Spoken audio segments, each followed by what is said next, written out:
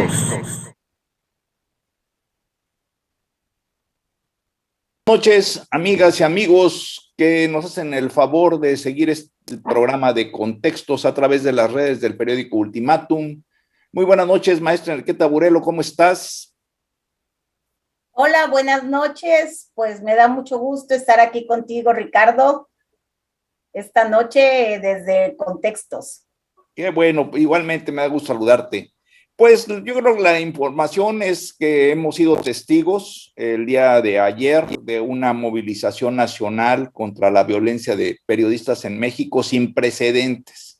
Hubo una movilización que se realizó en fuerte en más de 30 ciudades del país y prácticamente abarcó a toda la República, incluyendo, por supuesto, ciudades como Tuxtla Gutiérrez y San Cristóbal de las Casas, acá en Chiapas. Y todo esto, toda esta movilización, pues fue para expresar la indignación, la demanda de justicia, de respeto y de garantías a la labor periodística que se agudizó con el asesinato pues de dos periodistas en Tijuana, Lourdes Maldonado, que principalmente Margarito Martínez, y también un homicidio reciente de un reportero, José Luis Gamboa, en Veracruz. En Chiapas, por supuesto, el gremio periodístico también alzó la voz para exigir justicia en los casos de los asesinatos de Mario Gómez, que era corresponsal del Heraldo de Chiapas en Yajalón, y de Freddy López Arévalo en San Cristóbal de las Casas, que fallecieron el primero en 2018, Freddy el año pasado, desgraciadamente, y en donde hasta el momento los asesinos intelectuales y en el caso y materiales también permanecen impunes, a pesar de que en el caso de Freddy López Arévalo, pues las autoridades afirman que los asesinos materiales fueron encontrados ejecutados dentro de un vehículo, curiosamente en frontera con Malapa, si no mal recuerdo. Y bueno, la mayoría de los periodistas lo que están pidiendo es respeto y garantías a la labor periodística, sobre todo pues considerando que México, de acuerdo al reporte el más reciente reporte del Comité para la Protección de Periodistas, que es una organización internacional, calificó que México es el país más peligroso del mundo para ejercer el periodismo y lo ponen al nivel de Afganistán y también de las Filipinas, en donde señalan que es muy peligrosa la labor del periodismo en México, sobre todo porque en su gran mayoría, pues la labor de nuestros compañeros, de muchos de nuestros compañeros, se desarrolla en un entorno de narcotraficantes violentos y de corrupción con funcionarios públicos, y en donde en muchas ocasiones existe una complicidad entre los delincuentes, la policía y las autoridades municipales y en ocasiones hasta incluso estatales, lo cual por supuesto pues genera un ambiente de impunidad y de inseguridad a nuestra labor. Este es el panorama que ha indignado que más que nada es una alerta para la labor periodística, y que el día de ayer se manifestó como nunca antes con una manifestaciones a nivel nacional, demandando justicia y garantías a la labor periodística. Así es un tema, ¿verdad?, que quienes ejercemos el periodismo nos duele por la impunidad que existe para juzgar a quienes han asesinado a nuestros compañeros y compañeras a lo largo de muchos años. Sobre todo el tema de los asesinatos a periodistas, que no es una cuestión de hoy en día, sino se ha acrecentado desde el 2000, cuando Artículo 19, una organización que documenta los casos de periodistas asesinados, señala que en México de 2000 a la fecha tenemos 148 asesinatos de periodistas, 136 hombres y 12 mujeres. De estos, 47 se registraron durante el mandato anterior del presidente Peña Nieto y 28 en el actual de Andrés Manuel López Obrador. Y desafortunadamente, como tú bien señalas, ¿verdad? En el caso, por ejemplo, de Veracruz, donde ha habido muchos asesinatos a periodistas y donde se habla, sobre todo en la anterior administración, que no, ya tienen, ¿es la administración pasada la de Duarte? Sí. Sí, se habla, por ejemplo, en el caso de Duarte, que muchos de los asesinatos de periodistas se debieron a la complicidad, como tú bien señalas, del gobierno estatal. Por ejemplo, tenemos un caso de Regina Martínez, que era corresponsal de Proceso. Ella además muy cercana a Chiapas, porque vivió aquí en Chiapas, trabajó muy joven en El Sol de Chiapas, de don Panchito Núñez, ¿verdad? Compañera de Candelaria Rodríguez Sosa, de Leticia Fernández, ¿verdad? Del Expreso. Ella fue asesinada, y no solo asesinada, sino también torturada, porque muchas de sus publicaciones en Proceso hablaban de la corrupción en el gobierno de Duarte, ¿no? Y así, en algunos casos son por ataques, no ataques, perdón, porque en realidad el denunciar no es un ataque, ¿no? El denunciar es recopilar información, tenerla ahí bien sistematizada y publicarla a través de un medio en el cual trabajas sobre casos de corrupción, sobre casos de complicidades de la mafia del poder, como bien dice el presidente López Obrador, ¿no? En otros casos, desafortunadamente, se han dado por el crecimiento del, valga la redundancia, del crimen organizado en nuestro país. Pero también el crimen organizado necesita de la complicidad, ¿no? De la complicidad de las autoridades, porque creo que si las autoridades trabajaran más allá de una investigación seria, una investigación fuerte, encontrarían a los culpables, porque muchas veces los culpables están casi a la vista. En algunas ocasiones se llegan a capturar a los asesinos materiales, pero detrás de los asesinos materiales están los autores intelectuales a los que nunca se les ve en la cárcel, ¿no?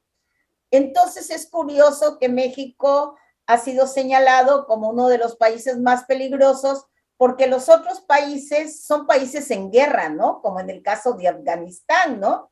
Entonces pareciera que nuestro país también se libra otra guerra, ¿no?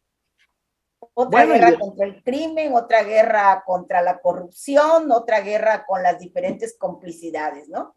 Y de hecho, pues así estamos. Yo me acuerdo, del noticiero de Jacobo Zabludowski, en paz descanse, que él señalaba cuando informaba sobre las noticias, ya lo hacía en forma, pues como una manera de resaltar la problemática que estaba padeciendo nuestro país, y decía desde el frente de guerra.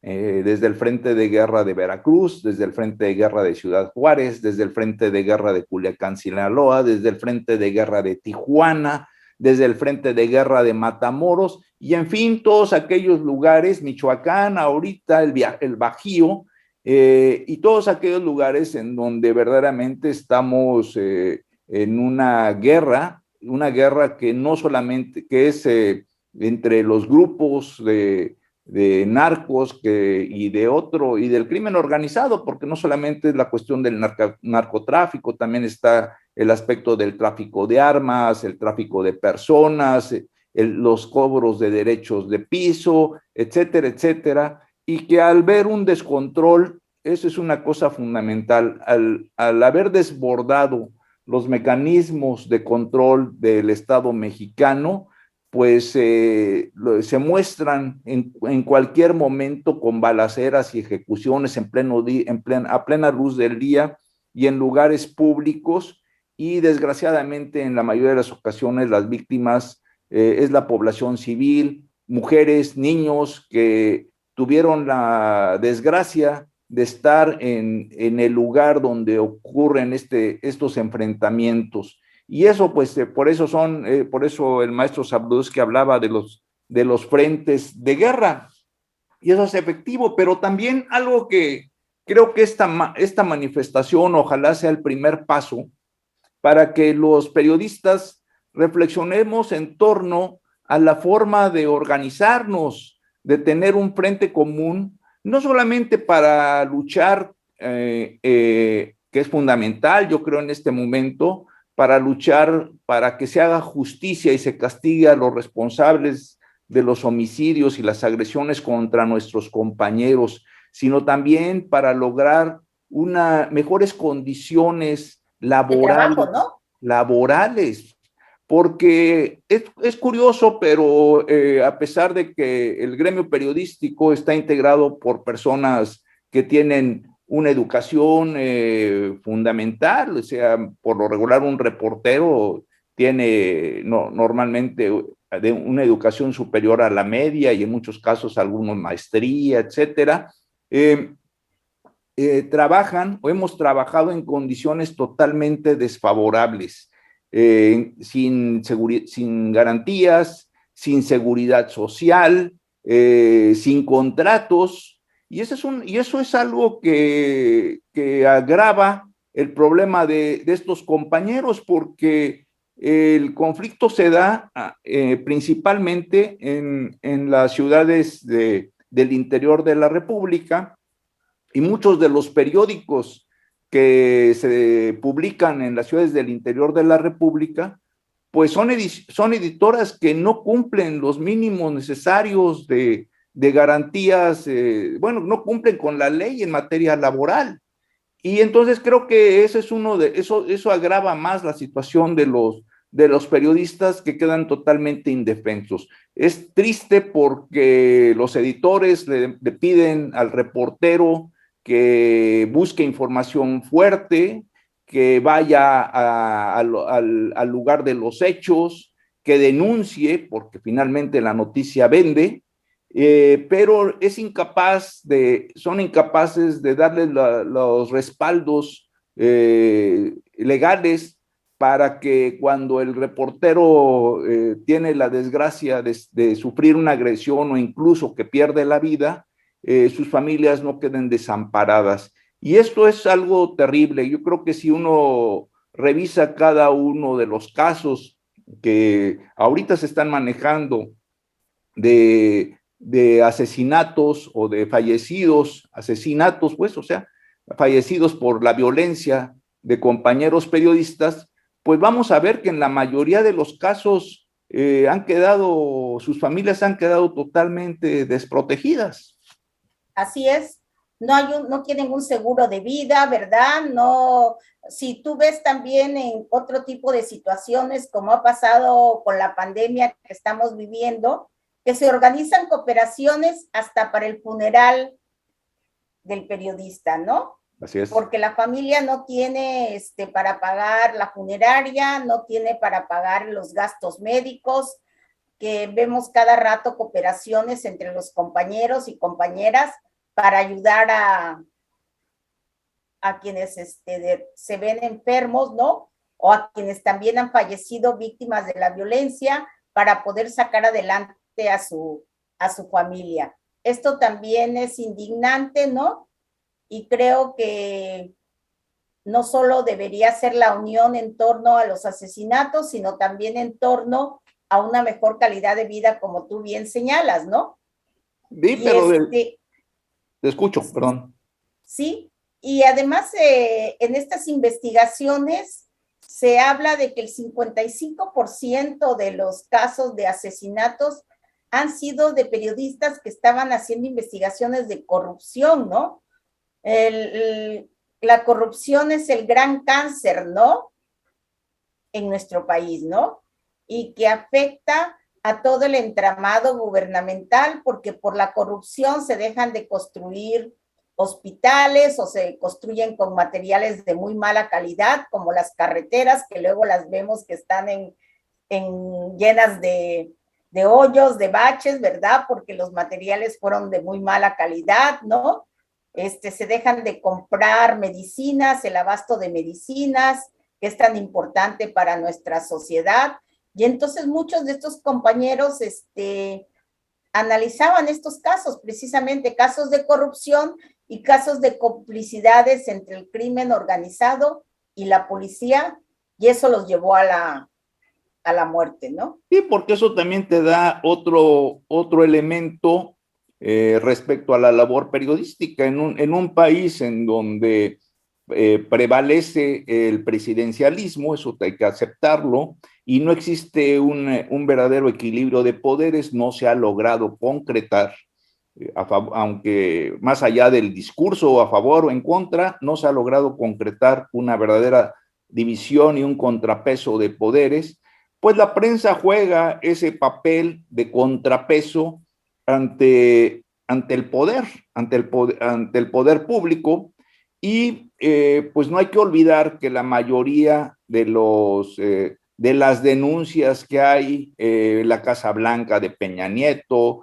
el caso Odebrecht, en donde ahorita está involucrado Emilio Lozoya, el caso del fraude en las universidades que mantiene a Rosario Robles en prisión, y muchísimos casos más. Desgraciadamente no ha sido por la investigación o por iniciativa de algún algún grupo legislativo, algún partido político, sino que ha sido gracias a la labor solitaria y corriendo todos los riesgos de los periodistas. Y en su momento, por lo regular, cuando se hacen esas denuncias, el gobierno en turno, pues de inmediato las descalifica y al periodista lo somete a todo tipo de presiones, ¿no? Dependiendo la relación con los medios en el cual el reportero o la reportera trabaja, ¿no? Estas presiones van desde la amenaza indirecta de que puede perder su trabajo, o incluso el despido, que ha habido muchos casos, hay casos emblemáticos, Carmen Aristegui, etcétera, etcétera, que son los más conocidos por el renombre que tienen estos periodistas, pero que en realidad se da a todos los niveles, ¿no? Y sabemos en ocasiones que si un artículo no gusta al poder, pues el eslabón más débil es el reportero, y en muchas ocasiones el reportero pierde su trabajo. Bueno, Esa y es la triste tú has de recordar que cuando se publicaba una nota que pudiéramos decir atacaba a un gobierno estatal, ¿no? La dirección de prensa del gobierno estatal, el papel que hacía, ¿no? Era ir a recoger todos los ejemplares en los diferentes estanquillos, ¿verdad? Donde se vendía, y si era posible hasta el aeropuerto donde iba a llegar la revista, para que impedir que circulara y las gentes leyeran el tema, ¿verdad? Era curioso, así que el único ejemplar que de alguna manera se salvaba, circulaban fotocopias, ¿no? Sí, en la época que no teníamos acceso a las redes, ¿no? Ni al internet, circulaban fotocopias del tema, ¿no? Que además eran casos que no eran tan graves, ¿no? Pero muchas veces la piel del político es tan sensible, ¿no? Que no admite ni que se le toque ni con el pétalo de una rosa, ¿no? Sí, sobre todo en el pasado, yo creo que es algo que se olvida, efectivamente, como tú bien señalas, pues había un control a nivel nacional y a nivel estatal terrible de la prensa. Cualquier comentario que molestaba al gobernador inmediatamente era la llamada y la amenaza para el dueño del periódico, para el editor, la presión de que se lo atacaban con sanciones de tipo económico, de tipo político. Y bueno, hay ejemplos fundamentales al respecto, el caso de Excelsior, por ejemplo, ¿no? Que Echeverría pues le genera el boicot publicitario. ¿Por qué? Porque los anunciantes pues son persuadidos por el gobierno de Luis Echeverría en su momento, pues para evitar que publicaran en Excelsior y generar una crisis interna económica y que esto provocara la molestia de los trabajadores y por supuesto pues la revuelta con el director y que bueno, de alguna manera todo este contexto determinó que Julio Scherer y su equipo perdieran el poder en la cooperativa de Excelsior, pero el caso de Excelsior no es el único, hay muchísimos ejemplos en donde este tipo de prácticas eran comunes. Yo me acuerdo muy de bien. Blanco Ornelas también, ¿no? Blanco Ornelas, Blanco Ornelas, por ejemplo, tenía que editar tenía que imprimir su periódico en San Diego para evitar que lo boicotearan con la dotación de papel. Y bueno, en otras ocasiones se cortaba la transmisión de un programa. Y estas prácticas no estamos hablando de una historia muy lejana, estamos hablando de tiempos recientes, una historia contemporánea y que se realizaba en forma tradicional, continua, en la relación de prensa gobierno. Y esto, pues, ambientado después con las relaciones entre los políticos y los narcotraficantes. La otra vez ya estábamos terminando el programa, si como tú recuerdas, y nos quedamos analizando el caso de Manuel Buendía, que Manuel Buendía pues era un periodista que supo navegar en estas aguas turbias de tormentas, amenazas, relámpagos, truenos durante mucho tiempo, y su columna pues logró tener un prestigio, ¿no? prestigio nacional, y cuando lo asesinó, y bueno, y generó que lo asesinaran, y finalmente, ya después de cuántos años han pasado desde entonces, finalmente, después de la realidad que estamos viviendo en México, pues no es difícil considerar que su asesinato se debió porque seguramente tenía los elementos para denunciar, así como denunció en algún momento a los agentes de la CIA que operaban en México, también de alguna manera podría estar preparando algún artículo en torno a la relación entre políticos y narcotraficantes, que en aquella época pues era una bomba, ¿no? Era y ahorita ya lo vemos como algo, desgraciadamente ya lo estamos viendo como algo normal. A nadie sorprende que un gobernador o un presidente municipal o un diputado o un senador tenga esa cuestión. Bueno, nos faltan 9 minutos. Si quieres tú, hablamos del caso Panteló. Así es, que es un caso muy importante. Cambiar un poco el tema. Y pues efectivamente yo creo que en el caso de Panteló, hasta la fecha, la gran interrogante es ¿dónde están las 21 personas que presuntamente estaban retenidas en este municipio cuando surgió el grupo del Machete? Que, dicho sea de paso, fue apoyado porque efectivamente iba a terminar con un grupo mafioso de origen perredista en la presidencia municipal de Panteló. Pero lo que ahorita nos alarma, y sobre todo más alarma a sus familiares, es que no tenemos noticias de qué ha ocurrido con estas 21 personas. Hace poco, incluso, no sé si recuerdas, se informó de que se habían encontrado 2 osamentas en la zona en una cueva ahí en Panteló, y la Fiscalía del Estado rápidamente, pues lo único que dijo es que no eran osamentas que correspondían a los tiempos actuales, pero tampoco ha dicho dónde están esas personas. Sí, ya son 6 meses de la desaparición de las 21 personas, hoy precisamente sale una nota en diversos periódicos donde los familiares reclaman a este grupo, ¿verdad? A este grupo, no sé si llamarle paramilitar o de autodefensa, que se hace llamar el Machete. Tu sonido. Con el narcotráfico, ¿no?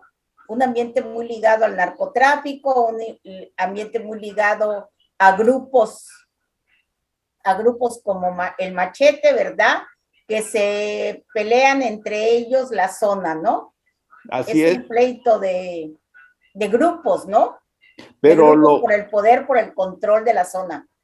Pero a mí lo que más me llama la atención es que la Fiscalía General del Estado y las autoridades, la Secretaría de Gobierno, no, como que la siento que han estado muy tranquilos, esperando que estas personas aparezcan. Un milagro, ¿no? Como un milagro, y no veo acción para que comprueben si están, en qué condiciones están, si están vivas, ojalá estén vivas, o si... Porque ya es demasiado tiempo, es demasiado tiempo, ¿no?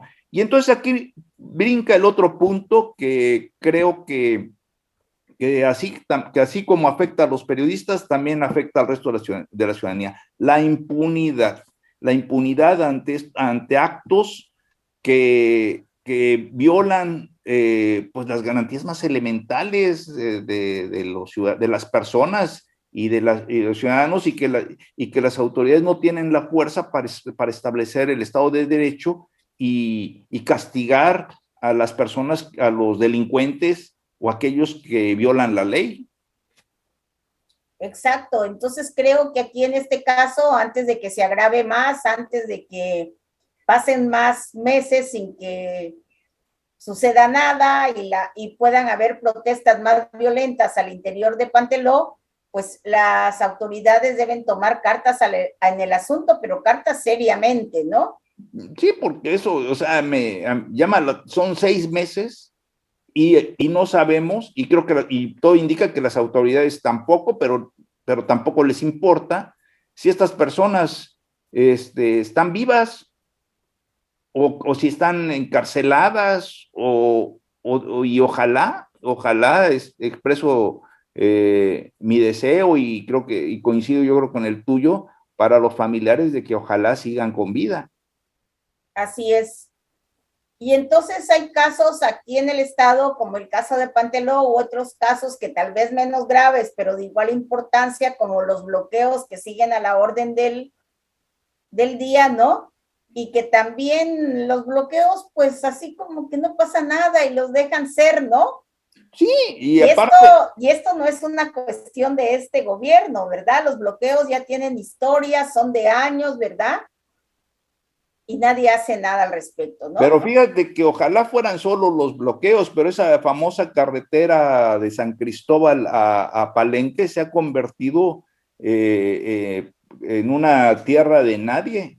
La transitas bajo tu propio riesgo, porque no solamente son los bloqueos, hay lugares, en Ochuc es bloqueo, pero adelante hay otra comunidad que se llama Belisario Domínguez, en Salto de Agua, en donde ya se ha convertido ahí ponen una trampa en que va el automovilista y curiosamente choca, y siempre choca contra una camioneta marca Nissan de las estaquitas, y entonces los retienen y los extorsionan y los obligan a pagar cantidades que van de los 110,000 a 150,000 pesos para dejarlos en libertad. Eso ocurrió hace una semana a 2 personas de Tabasco, tuvieron el accidente y los retuvieron, pero lo curioso es de que anteriormente ya se había también denunciado esta misma situación en esa misma zona y con las mismas características, y curiosamente apareciendo la misma camioneta. El modus operandi es muy interesante porque se da el accidente, luego llegan grupos de campesinos enardecidos, rodean a las personas que van en el vehículo que se accidentó, los retienen, los llevan a la casa ejidal y ahí los mantienen bajo amenazas e insultos y les señalan de que si no pagan el rescate, o sea, es secuestro, pues no van a salir de ese lugar. Acuérdate que en este mes ya ocurrió el caso de esa turista rusa que se negó a pagar el derecho de paso Okchuk, así es. Y la golpearon en la zona de Okchuk, y después retuvieron también a dos camiones con turistas y también los obligaron a pagar el famoso derecho de paso. Y lo peor es en los asesinatos. ¿Te acuerdas de los asesinatos de los ciclistas? También. Que ocurrieron en esta carretera a Palenque, ¿no? Sí. Sí. Va a quedar, yo creo que la vamos a conocer como la carretera de la muerte, porque es terrible, no porque sea peligrosa, sino porque ahí no sabes en qué, la verdad, en el momento en que vas transitando por esa carretera, en cuanto ves un tronco ahí tirado, yo creo que todo el mundo se aterra. Pero lo más grave es que las autoridades saben de esto y no hacen nada. Así es. Entonces, pues desde aquí, ¿verdad? Un llamado a las autoridades para, antes, por ejemplo, se hacían caravanas, se tenían que hacer caravanas de los autobuses, yo recuerdo, ¿no? Para que evitaran ser asaltados, ¿no? Salían tanto a la zona de Tapachula como a la zona de Palenque o Cocingo, salían todos a la misma hora, ¿no? Para ir en caravana. Imagínate que las empresas tuvieran que organizarse para evitar que sus autobuses fueran asaltados, cuando debía de haber patrullaje intenso, ¿verdad? Por parte de las autoridades, ¿no? Así es. En fin, un tema que pues vale la pena porque este tipo de hechos han ocurrido ante la mirada de los policías municipales, que no han hecho nada, y pues la policía estatal al parecer tampoco.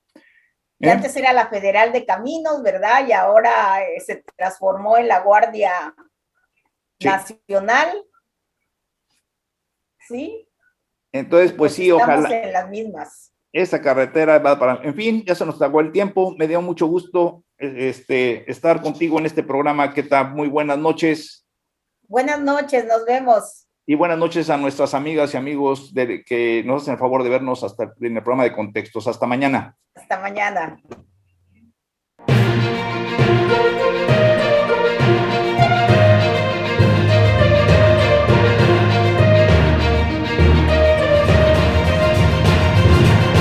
Contextos.